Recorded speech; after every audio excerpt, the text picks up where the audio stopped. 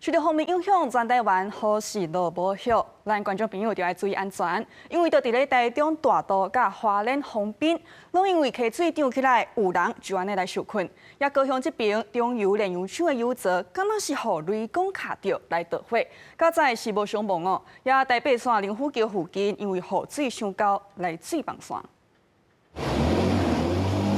当日阵洗吹消防队伫蔡楼的河水当中展开救援。台中市大道区11透早有13位外籍移工小约到大道圳抽水站边钓鱼啊，不过因为大雨溪水涨起来，甲一座原地当骑机车通过的便桥枪歹去，抵数13个人掉伫沙洲。加在透早7点13分全部救出来。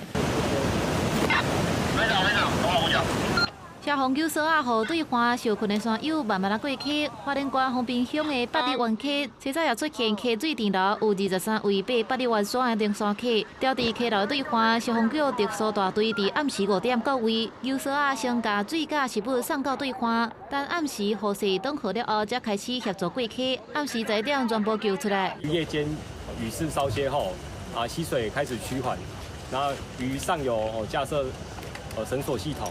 然后由本局人员至对岸协助民众脱困。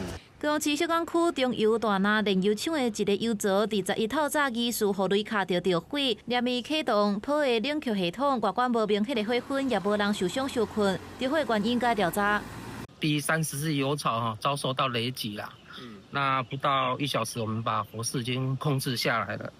那大概在10点半的时候，火势就已经扑灭。 台中市和平区台北线林府桥附近是因为发生土石流，中华便道也因为雨量超过行动管理带取消透早7点通行的班次。气象署表示，10个方面继续向南甩，天气有关无稳定，西北部甲各地山区有明显的雨势，气温是受到东北季风影响，会凉凉，北部低温甚至18度尔。